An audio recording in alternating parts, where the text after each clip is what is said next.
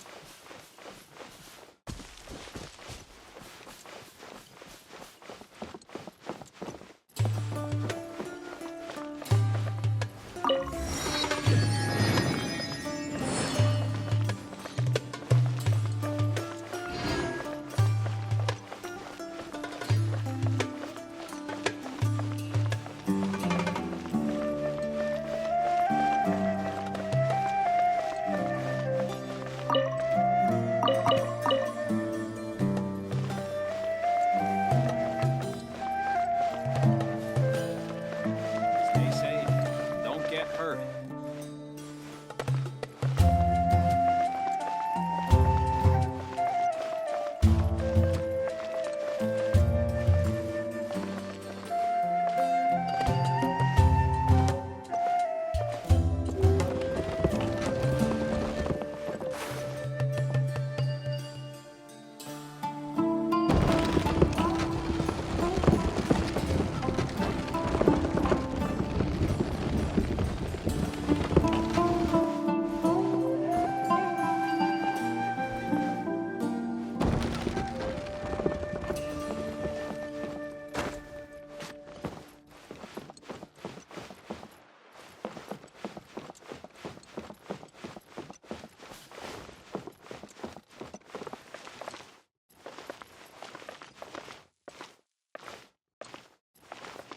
I'm getting old. It's time to make plans for the future.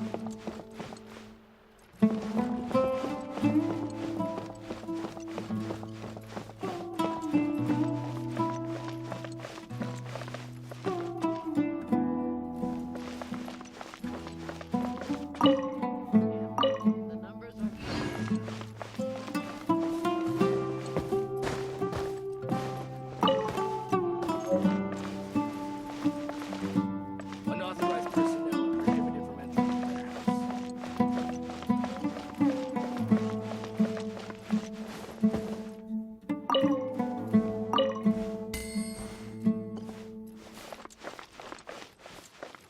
Yep, the numbers are correct.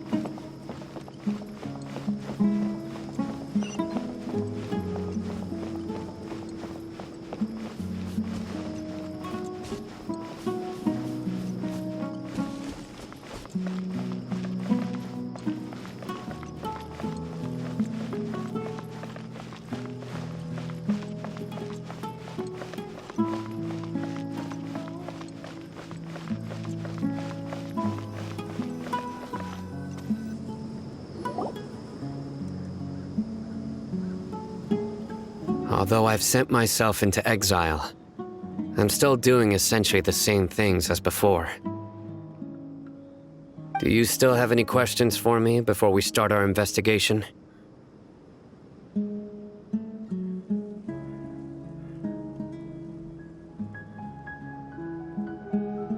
One of my former subordinates told me that this title has its origins in a strange incident. The Academia has long exiled mad scholars to Aru Village. A mysterious phenomenon exists here.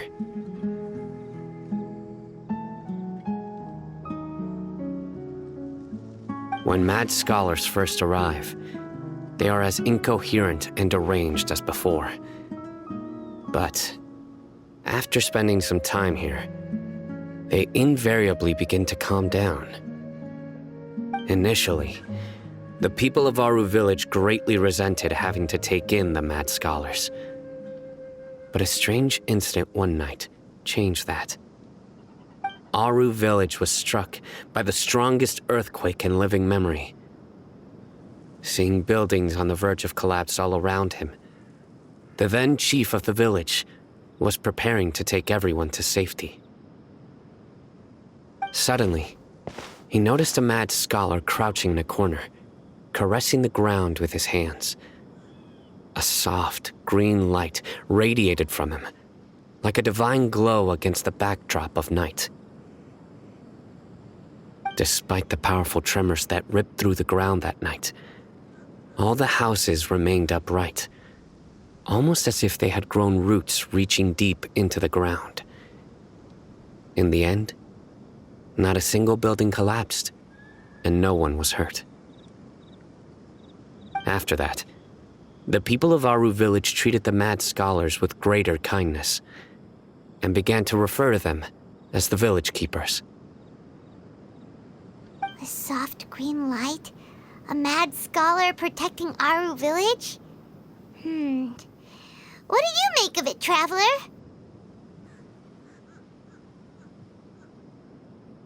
Paimon thinks so too. Actually, Sino, do you know if any of the mad scholars continued to wear their Akasha terminals at Aru Village? In theory, they would continue wearing them so the Academia could still monitor their activities. With that said, the main Akasha system would no longer have any interaction with them. Oh, no wonder! Everything makes sense then! Add in the fact that they calmed down, it was probably Nahida who calmed them.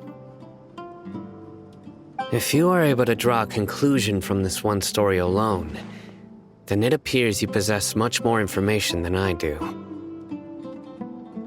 So, what do you make of the story?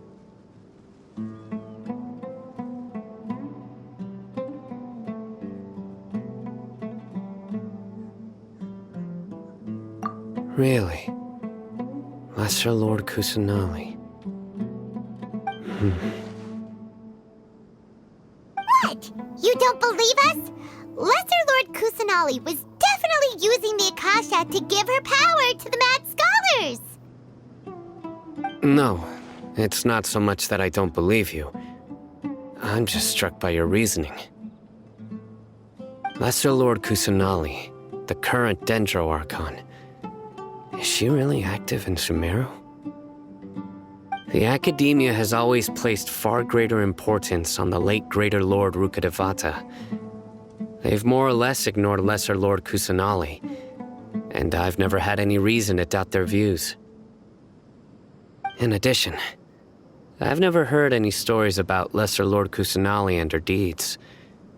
To me, she might as well have been a god that never existed. No way! Nahida definitely exists! She's a... How should Paimon put it? She's a good Archon who's kind and wise, even if she says weird stuff sometimes.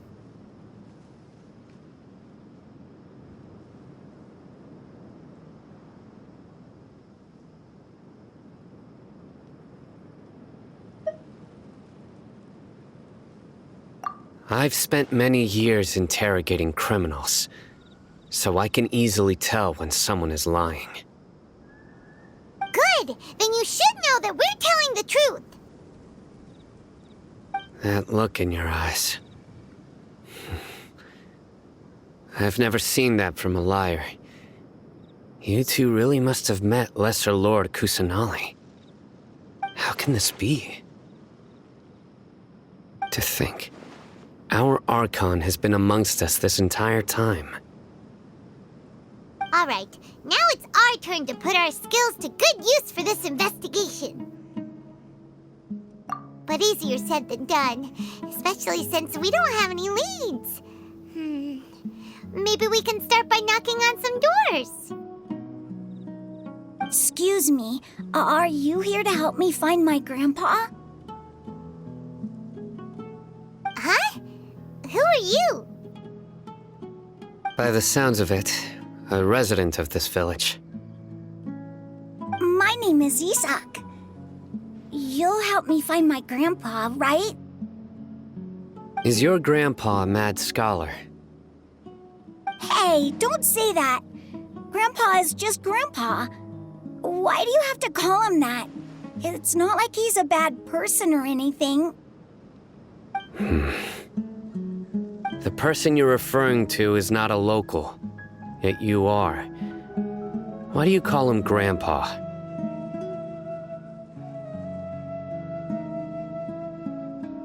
Grandpa is just Grandpa. He's my family. I heard everything you said to the village chief. Please, you gotta take me with you. I want to find my grandpa. I swear I'll help. I won't be a nuisance. Ah, so you're the one who was eavesdropping on us around the village chief's house. I was planning to go out and take care of whoever it was, but I had a vague feeling that they didn't harbor any ill intent. Whoa. Ethan wasn't kidding about Matra having sharp senses. Sino, he's just a kid. All he wants is to find his grandpa. Let's find a way to help him. Sorry. I was only listening in because I wanted to know where Grandpa went. Honest. If you don't believe me, you can ask Miss Candace. All right. But first, let's confirm the facts with Candace.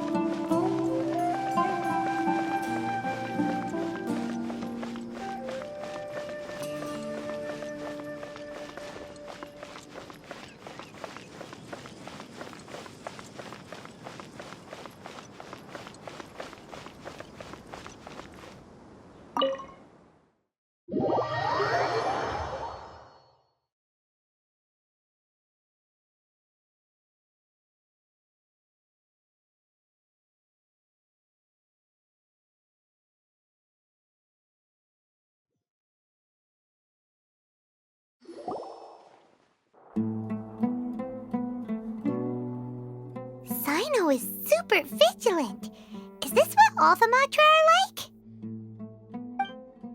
Ah, you're back already. We just wanted to confirm something with you. Do you know a boy by the name of Isak? I had a feeling he'd go looking for you. Huh? You knew this would happen? Yes. Although he tried his best to stay hidden, I still noticed him eavesdropping outside the window. He really wants to get his grandfather back. Isak's parents were both Aramite mercenaries who rarely returned to the village after finding employment in the city. He was raised by his grandfather.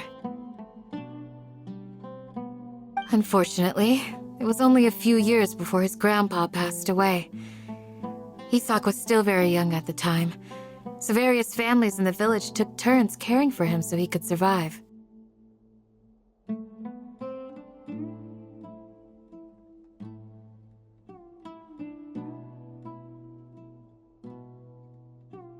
Later, an elderly mad scholar arrived at the village. Isak thought the scholar bore a striking resemblance to his grandfather, and thus often spied on the man. However, the scholar was unkempt in appearance and incoherent in speech. Although Isak referred to the man as his grandpa, he was afraid and didn't dare to approach him.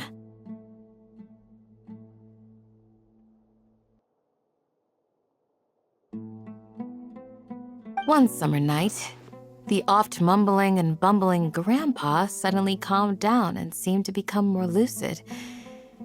He even noticed Isak hiding in the distance. So Grandpa walked up to Isak and patted him on the head.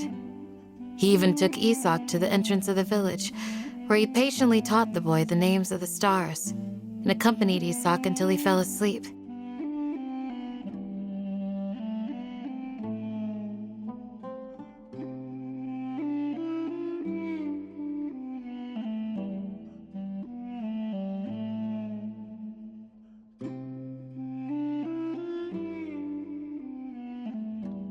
The next morning, Isak woke up and wanted to go find his grandpa again, only to realize his grandpa no longer recognized him. However, even so, Grandpa retained his calm expression. It's said that those who saw the scholar claimed he no longer appeared to be crazy, but appeared to be living in his own world, almost as if he were sleepwalking.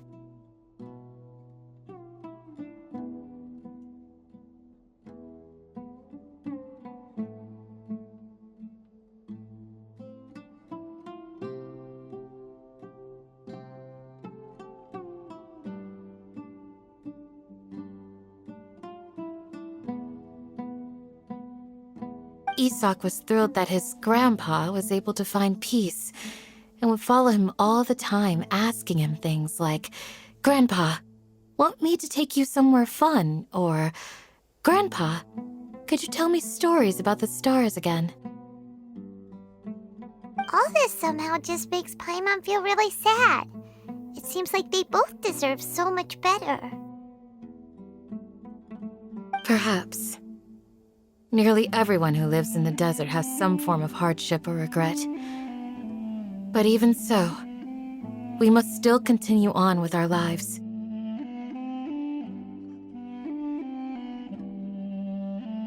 It's also my reason for fighting. I must continue to protect this land.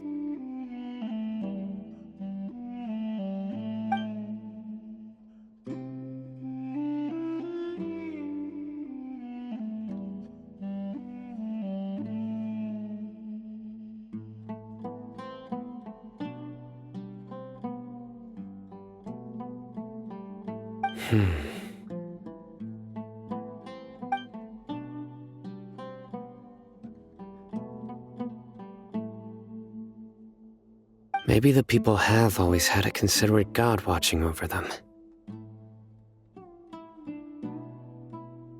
Huh? What did you say, Sino? No, nothing. as long as Esau keeps his word and doesn't get in our way, we can take him along. Perhaps you are more compassionate than I gave you credit for. Please accept my thanks on Isak's behalf, Sino.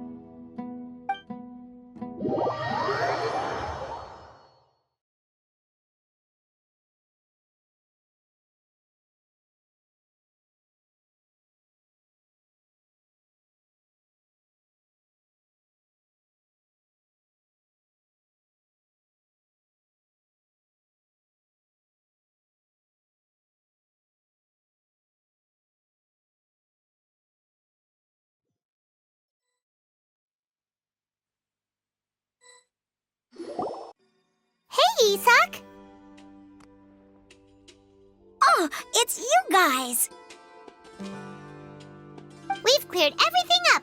Let's go find your grandpa. Really? Wow! Thank you so much!